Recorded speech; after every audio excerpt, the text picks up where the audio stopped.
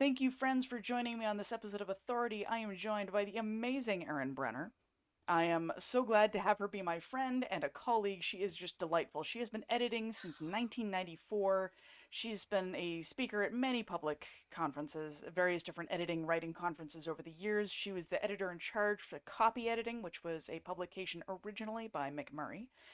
She taught copy editing at UC San Diego for a while. She is an editorial coach for editors building their businesses, and owns Right Touch Editing, and of course is the author of the Chicago Guide for Freelance Editors, which I am an unashamed fanboy of. So, absolute fanboy. Love that book. Talk about it all the time. I will scream about it from the hills, and not because Erin paid me to, but because it really is that good. So thank you so much for coming on the show today, Erin. And I kind of wanted to talk with you today because I've talked about this before myself, but talking with another editor about what it's like to work with an editor. How do people find us? How do they vet us and tell if we're like legitimate? Like that whole process. So before we go too far, is there anything I missed in that introduction that I should have caught? Nope, that all sounds good. Excellent. Yes, the research is good. Yes, you must be an editor, It's almost like I do this for my job. right? Well done. Well, thank you. Well, thank you for having me. It's a big topic, right? How do you Right. find an editor? And I have an editor's brain. I'm very organized. And Mm-hmm. so if you're going to go buy something, if you're going to buy a service, you have to know what you want, right? So it's what kind of editing do I need? Um, and what kind of project do I have? Because editors, you can hire all kinds of copy editors, but some copy editors only do fiction, some only do Yeah. nonfiction, some do academic. So you really want to know, um, you know, what your project is, Mm-hmm. and what your subject is or your topic. If you're doing genre fiction, that's important because editors specialize in them, and the more they can specialize, the more they can help that particular type of work. Yep. I feel like authors don't always know what level of editing they need, which is totally fine. Mm-hmm. It's helpful to do some research. There's lots of information out there on what the different levels of editing are. I want to say, I'm sure EFA has something on it. They definitely do, and I'll at least briefly list them so people can hear them and then know what to look for. So there's developmental, line, copy, and proof, pretty much in that order, more or less. Mhm. Then you have folks who are sensitivity readers who maybe look for things that need double checking, like for DEI type stuff, or things like if you're working with a Muslim character and you're not Muslim yourself, so you don't say something incredibly offensive by mistake, that kind of thing. Or if you're dealing with, I did work for a woman writing a book about autism, and her son has autism. And I walked her through it and I identified a number of terms that are outdated and are now considered offensive that weren't back when this woman was really deep in the research because her son was a child and she was working with him for school. So stuff like that can happen for sensitivity reading too, and just prevents you from sticking your foot in a hole with with your readers. Absolutely, and it does. It changes so quickly. Mm-hmm. Um, I think as far as getting to the point of what kind of editor do I need? What kind of editors have the specialty? Will do my kind of project. Looking through directories can be Yep. really helpful. That's going to give you a short list or Where do people placing an find those directories? Like, what do you? yeah. Um, the EFA, the Editorial Freelancers Association, has one. Mm-hmm. ACES, Yep. Editors Canada, the Chartered Institute of Editing and Proofreading. They're located in the UK, but they've got a global Yep. audience. I And think there's editor. I think there's an Australian one now. That there's an Australian iPad, editors. Yep. iPad, and if you, I'd I have think. to look up what it Yeah, stands I don't for. know. I don't know exactly what this stands for, and I know there's the Northwest Editors Guild here in the United States. They do. Do they They're have a pretty new. directory? I don't know if they I do. don't know. I think searching on editorial directories will help. Mm-hmm. You want to be careful with the term editing because you get a lot of video editing in your search Or results. audio editing or whatever. Yeah, you have to Yeah, make sure book editing, like you put the word book that in there. that can really help. But those kinds of directories will help you get a short list of Hmm. folks. Um, but then your work really begins Yep. because choosing an editor is kind of like choosing a therapist, right? Ooh, that's a good. Yeah. Yeah, you need a it's going to be an emotional relationship. You are going to let them look at your work and critique your work and Hmm. correct your work, and you want to be comfortable with that. And everybody has their own style. Some Hmm. editors are really authoritative when they talk to you Hmm. about what needs to be corrected. Others will be more gentle. Others will teach you as they go Yep. along. It's just different styles, different approaches, and you want the approach that matches your learning style, that matches your needs. Hmm. So you're looking to have that kind of personal connection with them. You want to be able to Definitely. trust your editor, and if you get to a point where you're not trusting your editor, you're not going to do good work together, and you're not Hmm. going to be happy with the results. Definitely. Trust is such an important thing in our industry, and I think it's oftentimes under discussed. And also the relationship stuff, because yeah, you have the hard skills. You have how much does this person really know about commas? How much does this person really know about my genre? But the soft skills, like, is this person going to tell me these things I need to know in a way that works for me and that I can receive without feeling defensive or stressed out? Or Hmm. do I not want them to explain things to me because I don't have time for this today? Just fix my commas and don't tell me why, just do it. Like, you have to kind of know what you want out of the experience too. And and if you don't know, then that's where discovery calls come in, right? Yep. A video call, or yeah, Sample video edits call, too. audio call, sample edits, email back and forth. Yep. How are you communicating? Are you understanding what they're saying? Do they get you? Do you feel comfortable with them?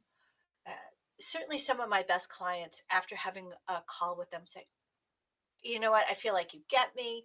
I Yep. feel like I trust you. Can you go do this for me? You Yep. should feel excited about working with your editor, someone who Mhm. gets you in your work. And so I'm a big proponent of go have a call with them, or Yep. whatever your favorite communication style is. How do you Mhm. communicate best? Yep. And making sure your editor um, is able to deliver in that kind of Yeah. communication style. Not every editor likes to do calls, or Yep. some of them prefer. We all have our preferences, so you want a good Absolutely. matchup. Right. Like, if you really want to be a person who's on the phone and call your editor and your editor's like, "Please do not make eye contact with me. I exist in a cube." Then that may not be the right person for you. I mean, no judgment on that person. Like, I take phone calls from clients pretty often, but it's not the most comfortable thing for me. Hmm. And sometimes I've also had clients who call me hours of day and night because they're in different time zones and forget that time zones exist. So a lot of editors are like, please do not, and I get that.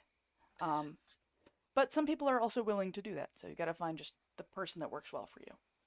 It's definitely knowing your communication style, and how do you want to receive edits, and then Yep. talking to folks. You mentioned, doing an editing sample. It's a great way to gauge the kind of work an editor will do on your project. Mm-hmm. So, do the edits. You don't have to be the grammar expert. You don't have to be the structure expert for a Right. developmental edit. You have to be able to look at a sample and say, this still sounds like me.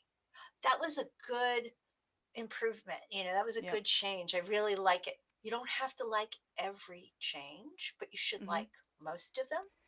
And And you the should, ones you don't like, you should be like, I can see why that might be a thing, but that's not really for me. Because I've had that exactly. conversation with my editor on my books. Like, she's made changes that I was like, I'm not sure I agree with that wording. I can see why she did it, but I really like it the way I had it, so I'm just gonna I'm gonna leave it. And here's the dirty secret that I don't think we talk about. All edits. All edits are suggestions. You don't Mm-hmm. have to take any of them. Right. There are certainly, job situations where, yeah, you're taking your editor's Right. changes, but when we're talking books, especially indie authors, Yep. It's yours. It's not your Hmm. editor's. It's your byline. If you Yep, don't want the absolutely. changes, you don't have to take them. Right, like Um, you're not obligated to do the thing. If you're traditionally published, you have a lot less leeway about that True. because you may have to be like, well, my publisher, like this is the style guide my publisher has, so I have to accept that they don't use the Oxford comma, which Right. into the ceiling I go, but fine, it's not my decision. I have feelings about the Oxford most editors have feelings about the Clearly. Oxford comma, whether they like it or hate it. Usually there's feelings. Yes. Yes. um or M dashes or whatever the punctuation du jour is right now that we're all arguing about in the back rooms. But those kinds of things end up being style. Mhm. Uh, Even when you're traditionally published, if you're seeing something that you feel like changes your voice a Yeah. lot, you feel like it changes the meaning, Right. You can usually ask like that's not a you thing I like. you should be speaking up. It's a conversation to have. Mhm. Your project manager, your editor might explain what's going on, and Yep. then it's a different decision. But you should at least speak up and Oh say, yeah, "Oh, this doesn't feel like me anymore." right. You should definitely have the conversation.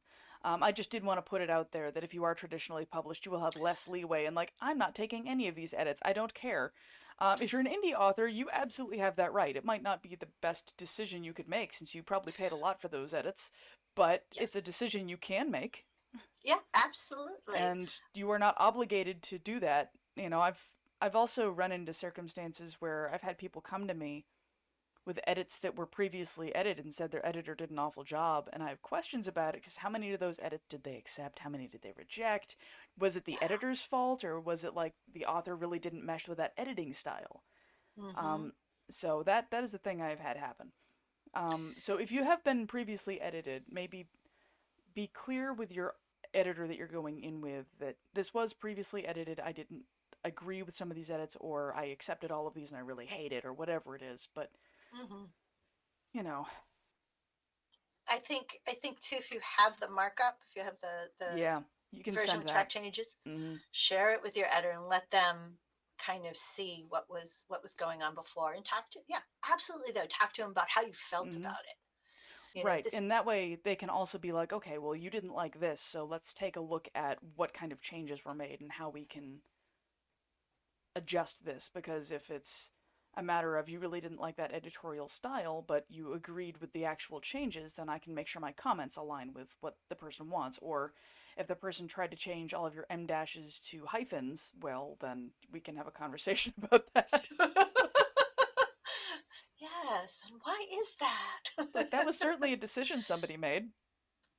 I have Hmm. questions about it, but it's a decision that was made. Ooh, I think it's always important to ask questions of your editor, particularly definitely. when you don't understand. And I, Hmm. I think nobody wants to look like they don't know what they're talking about until we get afraid to ask questions. But as the author, you're an expert in writing, you're an expert in your topic. It doesn't Hmm. necessarily mean you're an expert at editing. So please do ask those Definitely. questions. We're not judging you. I don't No. think editors really judge. I think we like to teach, we like to explain. Yes. Most of us really do.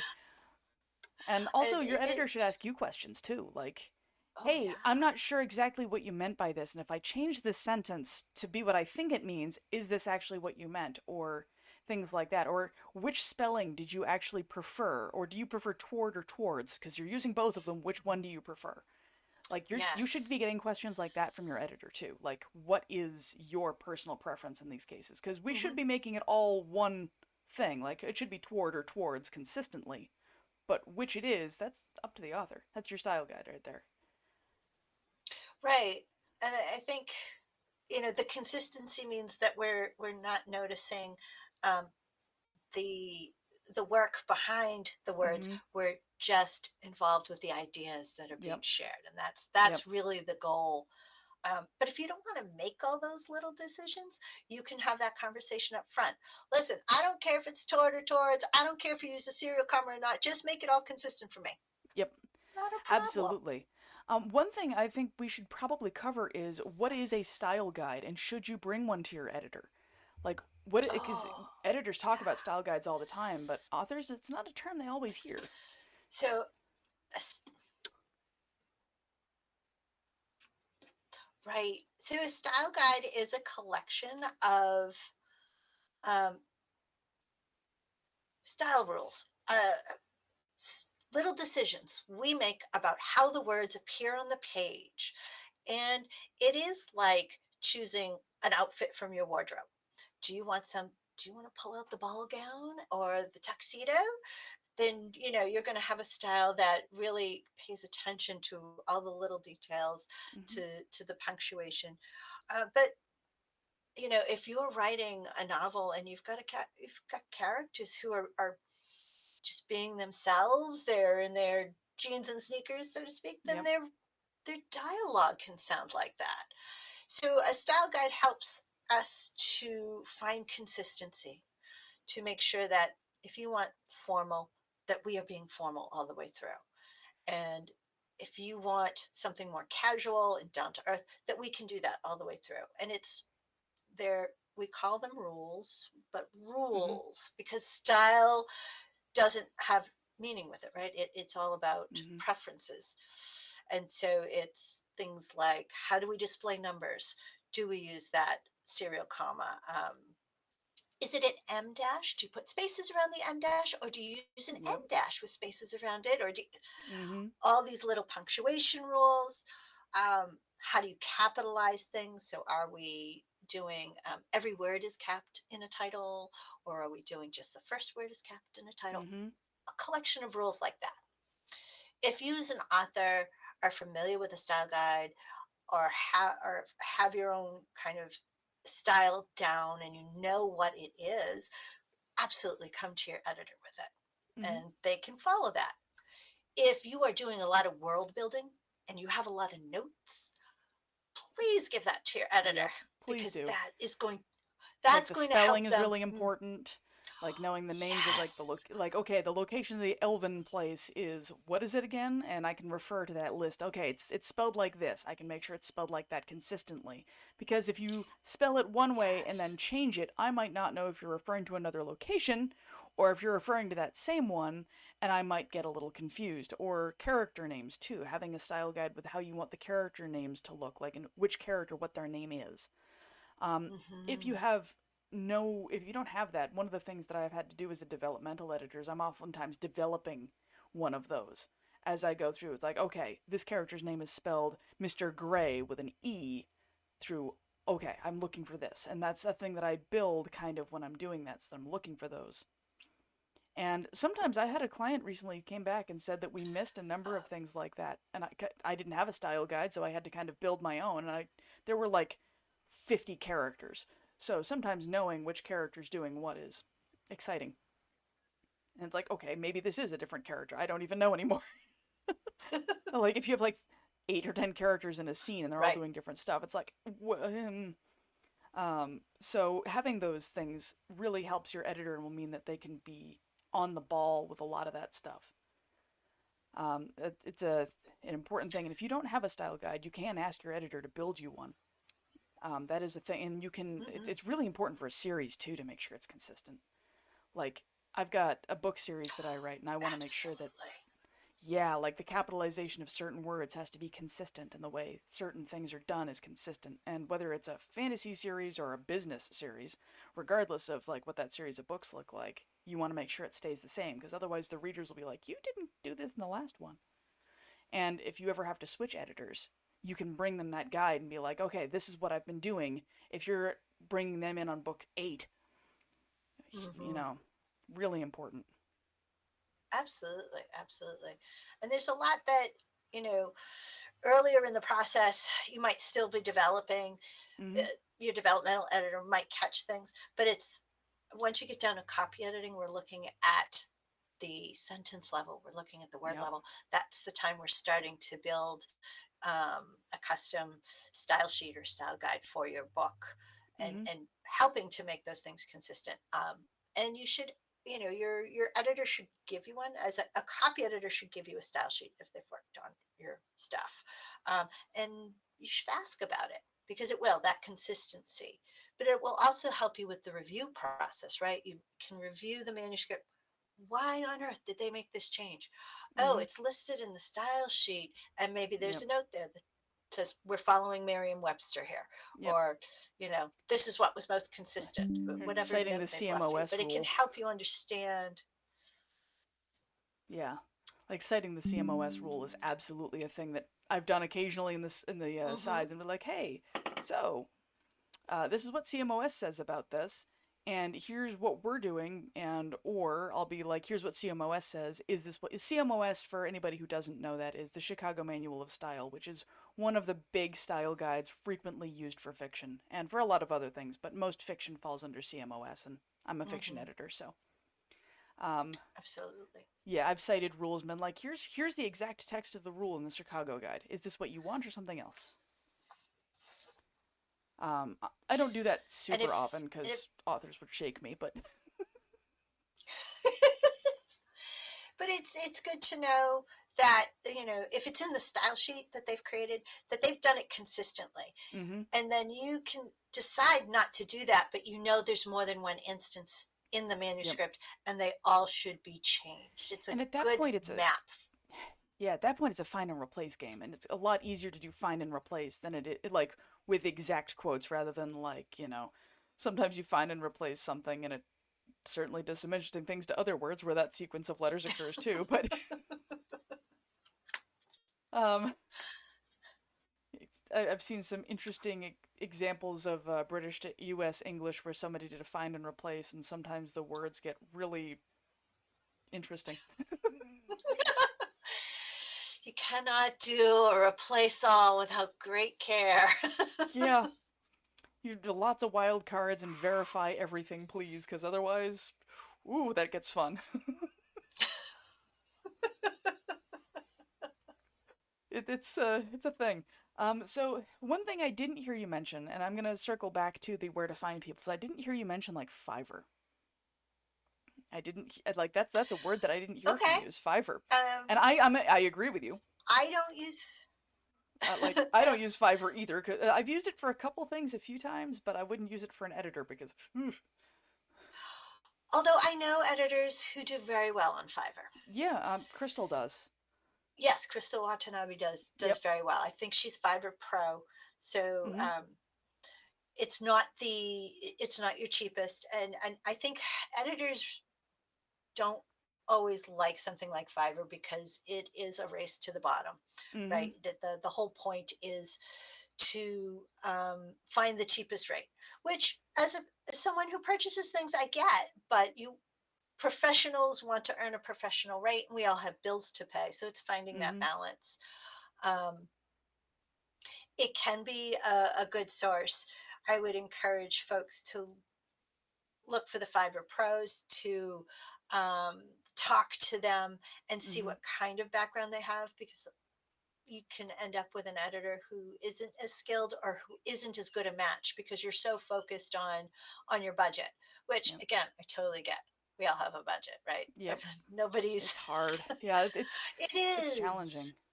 Like the um, real talk though is a lot of the times with editing you get what you pay for. If you pay mhm. like $200 for somebody to edit your manuscript, you're gonna get that value.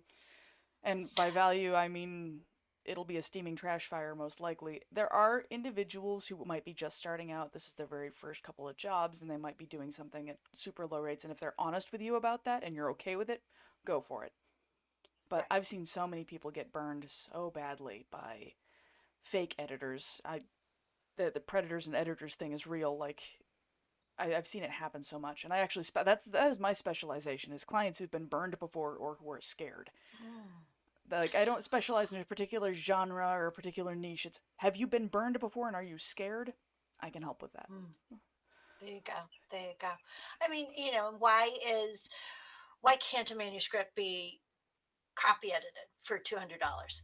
Yeah. Because of the amount of time it takes Mm-hmm. to go through every word. You have to read every word. You have to Yep. think about how the sentences go. Editing is something that takes time. Yep. And for $200, someone's not putting a lot of time in it. No. They may not have enough skills to do a good job and don't Right. realize that That charging too. $200 and going through it in 6 hours is not going to be a good product. Right, like as a rule, it takes an average novel. I saw this listed somewhere. It takes an average reader about 6 to 8 hours to read a roughly average-sized novel, and that's just reading, not editing, nothing else, just reading it. And I Mhm. think that's probably a reasonably accurate estimation. Um, you Okay. know, getting through a 70,000 word book in a workday, like a fiction, not necessarily like crunchy nonfiction Sure. where you're really trying to internalize things. Because your book took me months to read because I'd read something, I'd implement things, come back, read things, implement things, and I ping ponged all over the place. But fiction is a little bit different. Right. Um, Right. so, and this is, like I said, we're talking like 70,000 words. So that seems like a reasonable amount of time. And if you're giving somebody $200 for, like, we'll call it 8 hours of their time, that's not a lot per hour for professional rates. I always liken our rates to And mechanics. Like, as far as our rates go, like, I'd say we're probably skilled trades, so mechanic, plumber. mhm, So that's the kind absolutely. of rate you should be looking at expecting. Hmm. Between $60 to $100 an hour, depending on the person's experience, what they're doing, how in depth this thing is. And that sounds like a lot of money, and it is, but we're back to you get what you pay for. Absolutely. And if I, as an editor, am looking at it and reading something through in 8 hours, I'm not paying a lot of attention Yeah. to the individual words. I'm reading the story. I'm learning what comes next, what happens next. Mm-hmm. I'm not slowing down, reading slowly, and analyzing what the text is doing. And Mm-hmm. that's where the time comes in. You have to Yep. sit there and go, what's going on here? and Yep. and then you have to take the time to actually fix it. And So sometimes it's like just it's researching, not is something. this correct? Wait, they said this in this previous chapter.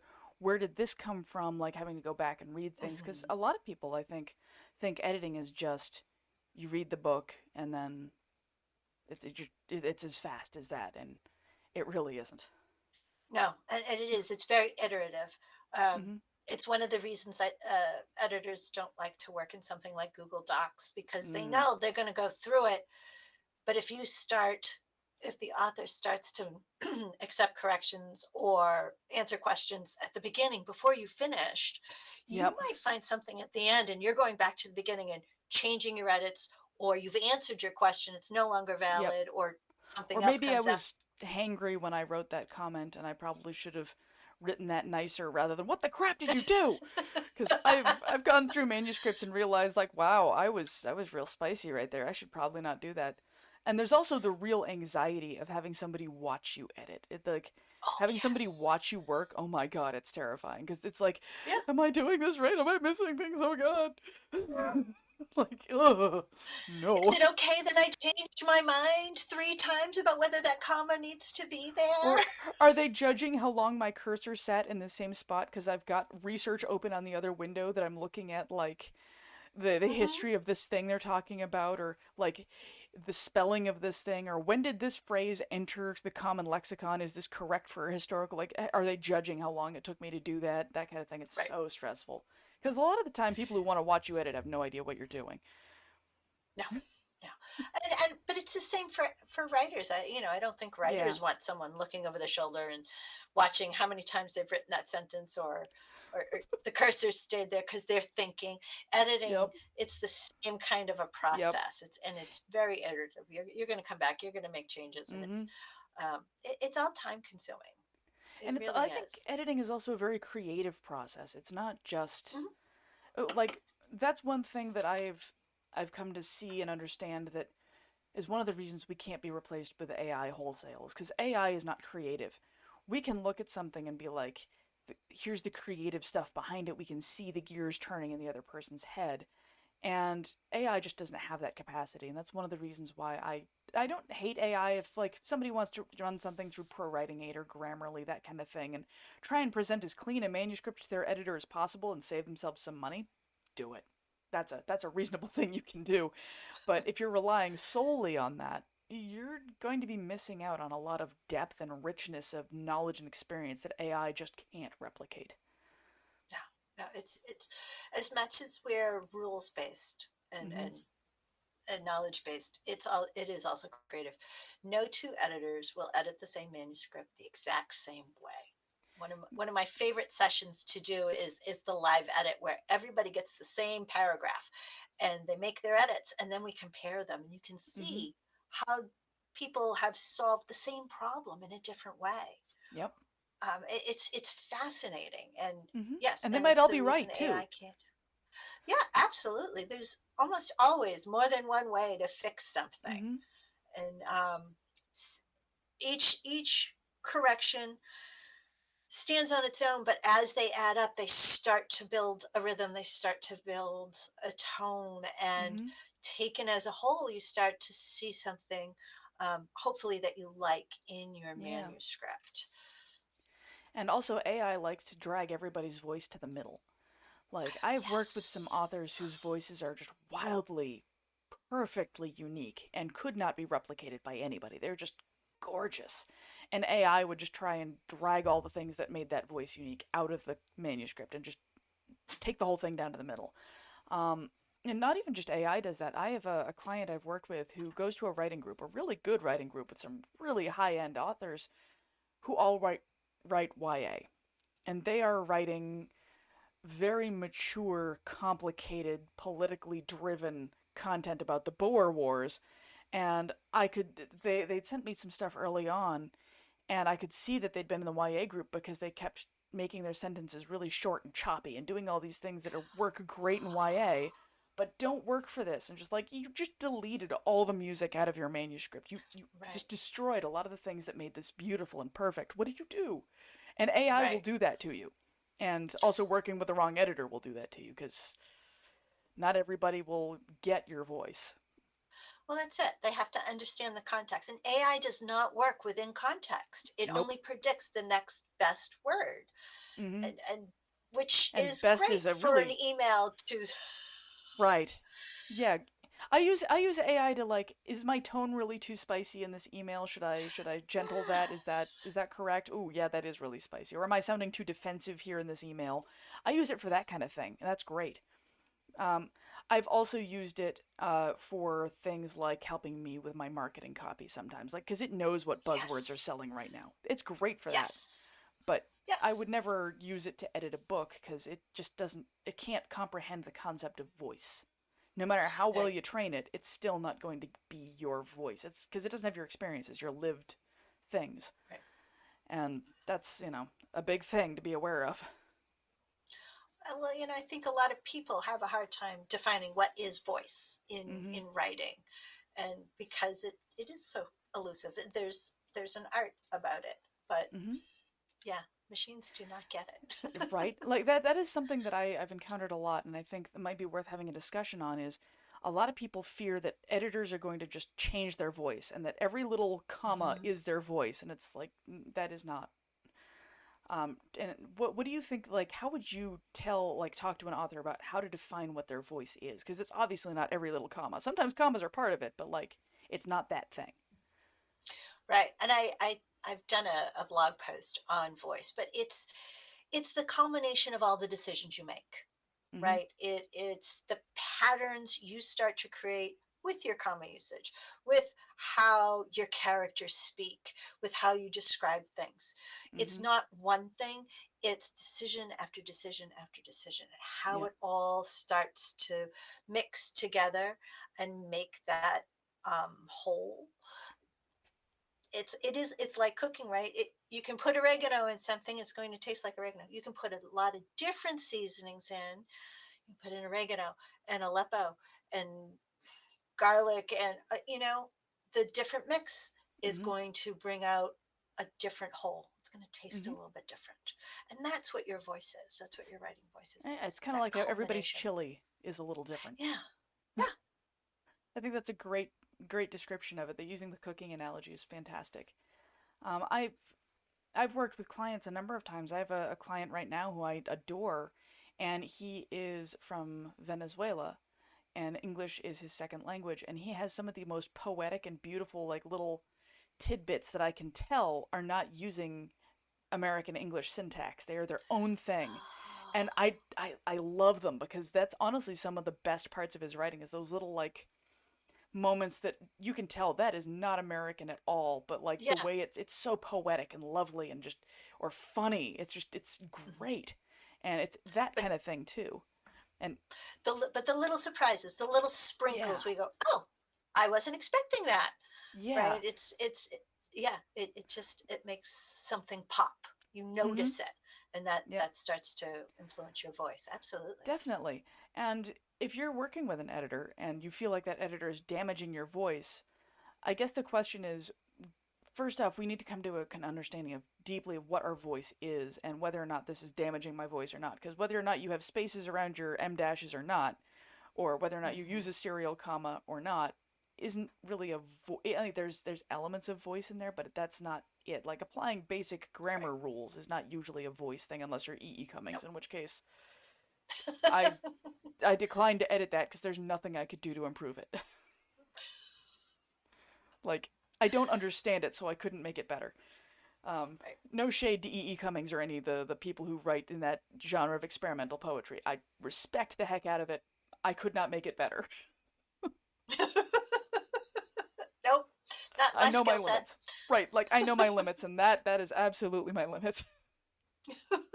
Um, are there any questions that you think people should ask an editor before they start working with them? Like before they like Oh, as they're trying to figure out, is this the person for me? Are there any particular questions or things you think that would be useful to really dig into? well, I think it's about knowing yourself and how you like your work relationships to go. So if you're somebody who you want weekly updates, this is the Mm-hmm. question to ask. Can I have weekly updates? Can we do Yep. that? If if you want feedback so you can, improve your writing over time, is that something you do? Can you do that? It's less about specific questions and more about knowing what your preferences are, Mm-hmm. or talking about your worries Yeah. and hearing how the editor deals with these things and how they respond to it. Yep. Um, you certainly want to know how the process is going to work. So are you doing with a book manuscript? Is it one round of edits? Is it Mm-hmm. two? What does that look like? How do you usually do it? Or if you already have preferences, this is how I like to work. Can you do Yep. that with me? Can I send you a list of questions? Can Yep. you review it afterwards? Um, you know, Even some of the little things like, um, eh, how do they invoice? How do they want Mm-hmm. payment? Because that's important too. Yep. Will they want so much up front, and is that going to work for you? Um, but really, it's about how they approach the editing. Yep. Um, How do you like I say, like how seeing do a you sample. ask yeah, how do you ask if the like how do you tell if the person knows what they're doing? Like that's something too. Like how do you know this person Oh actually knows gosh, their job? I know I'm asking you really tough questions. I'm the worst. I know, but no, that's fine because I think those are the things that it's um it's invisible until you see it, right? You don't know Mhm. how are you going to perform, and so it can be talking to them, asking them about their experience, asking them Mhm. questions about other books they've worked on, what their experience was like. Especially, I think for fiction authors, Yep. what do they read, Yep. right? Because that really gets into your head and influences how you write and how you edit. What do they Mhm. read? Are they well? Do they know a lot about your your subject, your genre? Uh, because you want somebody who's familiar. Mhm. There's not, you don't want a romance editor for your far future Yeah. space opera. Yep. There's going to be things that don't compute. Yep. Um, I mean, for and certain getting things us, like a light copy edit, if you're just looking for commas and oh, sure. punctuation, I could probably apply that to just about any book. But if you want real deep knowledge of the genre, you know, Yeah, that's yeah, more of like your developmental editor needs to really understand your genre. Your line editor should like they should at least be familiar with Yeah. it. And then your copy editor, having them know it can be helpful, but it's not an absolute requirement, depending on the kind of copy edit you're looking for. Yep. The lighter the copy edit, Yeah. the easier it is to jump into new genres. Mm-hmm. Um, and you want your editor to stay within the guidelines of the edit they're Mm-hmm. supposed to be doing. Yep. So I always like to talk to my clients about what the editing entails. Not everybody will Mm-hmm. understand what a developmental edit is or what a Yep. line edit is. And I like to say, well, here are the things I'm going to look for. Yep. Here are the kinds of Yep. things I'm going to fix. And you want your editor to stay within that. Um, Mm-hmm. I've a also had to sample send edit is a, emails. Sorry, go ahead. yeah, oh, it's all right. A sample edit is just a great way to see if stylistically they're going to be a good fit for you. Mm-hmm. That's I've I yeah, just, yeah, I really, just really, sorry, I just definitely. really believe in them. Me too. I do them. Sample edits are top tier. I offer sample edits. The way I do it is ask for 1,000 words from the place in the book they're the least happy with, because that's usually the There you place that go. needs the most work. Because the first couple of Yeah. pages, that's oftentimes the most polished. I want the thing that you hate the most. Yes, that's a good way to ask for it. Yep. And when it comes to the process of doing a sample edit and knowing what the boundaries are, I've also had to send emails to clients and be like, look, your book is not ready for this type of editing. I really like I'm running into these things that I think really need to be fixed Mhm. before I can do this. Like I can fix your commas, but you need to reorganize your chapters. And if you're going to be like chopping segments out and such, I don't want to do this because I feel like I'm wasting your money Yeah, if I do this. absolutely. And I should switch to this kind of editing. And usually it's not much more or any more at all, depending on because I charge about the same for line and dev. So I was like, look, we really need to like just switch gears here because I feel awful. And if you really want me to do the line edit on this, I can and will. But I don't feel like I'm doing you the service you need. Hmm. Like you might get I've, an I've, email like that sometimes. I've definitely done that where, you say, it's really not ready for this. Here's what I'm seeing. And that's, it's Mm-hmm. usually a developmental edit. You really need a Yep. developmental edit first. Yep. You're not going to, I don't know, decorate the room before you've done all the renovations. Right. It's like I'm putting the icing on the cake before it's gone in the oven. That's not. Yeah, That's it's just not going to work. I'm not going to fix that comma if that comma is not going to be there after you rewrite the right. paragraph. Which is yeah, the order of operations. When I mentioned dev, line, copy, proof, there is you do them in that order because of the degree of change that can happen in a manuscript. Mhm. With developmental editing, sometimes you're axing and or adding whole like chapters or even segments of the book or rearranging things, Mhm. renaming characters, locations, plot points, all of that. There's no point in fixing the uh, to be verbs and removing passive voice if you are just going to be redoing the entire thing. You don't put wallpaper in a room where you're going to be tearing the walls down in 5 minutes. That's Right. not a thing you typically do. So I think understanding what the order of operations is helps a lot. Mhm. Um, so we have talked about a lot in the last 45 minutes or so. We've talked about locating editors on various, like where you can find us, like find professionals you can trust, what questions you should ask about your editing process, um, what it kind of feels like to work with an editor, like the kind of things you should be asking them, the kind of things they might ask you, the kind of stuff you should maybe consider when you're looking at working on, like with one. And we've talked a little bit briefly about pricing. Um, I think I do want to come back to pricing because that's one of the big things that I hear about, and I kind of want to wrap there is editing is expensive. And Mhm. the whole race to the bottom mentality is inherent in a lot of businesses and a lot of places these days, and you're going to hear it a lot in various different podcasts and other places where authors are being spoken to and our authors are talking to people and like, yeah, I hired the cheapest editor I possibly could and made all this profit. I don't feel that that's a great idea, and I'm sure you don't either. And I kind of want to dig into like the costs of editing. You're working with a human being who has expenses, right? I don't charge what I charge because I'm wanting to buy a third yacht. I don't think any of us are. I don't know too many editors who do. Like, No. most editors are like, Mm-mm. you know, uh, just normal people trying to do normal human things. Normal being relative, but because none of us are normal, but we're gonna breeze past that part. Um, Just like you don't go into writing to make a fortune, you don't go mhm, into editing to make a fortune. yeah.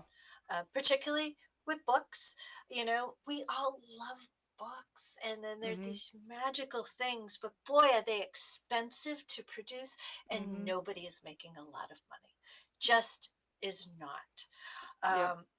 And I think it's important to understand that that it is an expensive process. I think Mhm. if you're footing the bill for your book all on your own, um, you want to find a way to make a budget.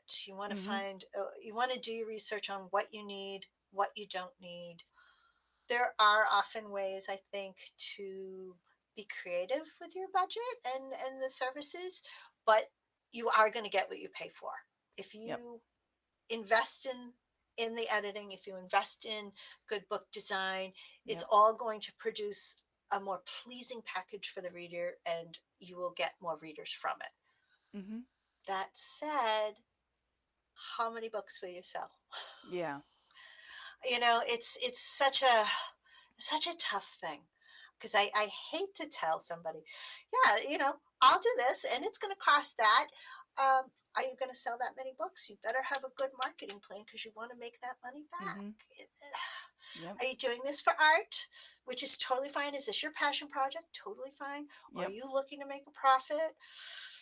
It's a business, and you need to Mhm. treat it as one. Yep. I've run And into that a lot. I've had people get very upset when I've said, no, publishing's a business.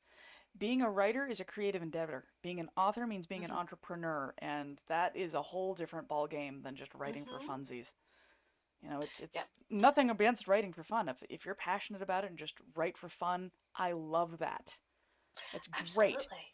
More people should do it. However, if you're trying to sell books, you need to make sure the project you're trying to sell is something that is going to be something people buy.